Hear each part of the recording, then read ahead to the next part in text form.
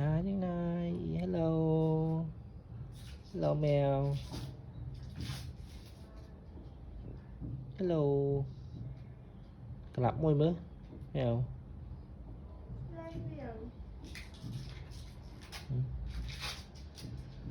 Điện chơi kelap đây à, bò lương cặp khoát khoát ở dương mờ. Bò lương với chơi liền. Lên cả. Chị.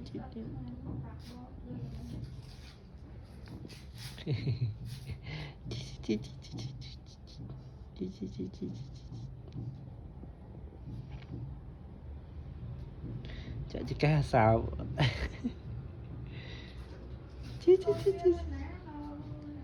Vì cá này tập câu viên nơi cái lại cái lọc liệt từ đằng.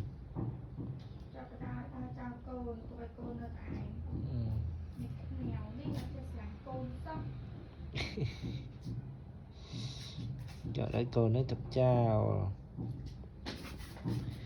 Ra baby này là mèo baby này là baby ổn này nè.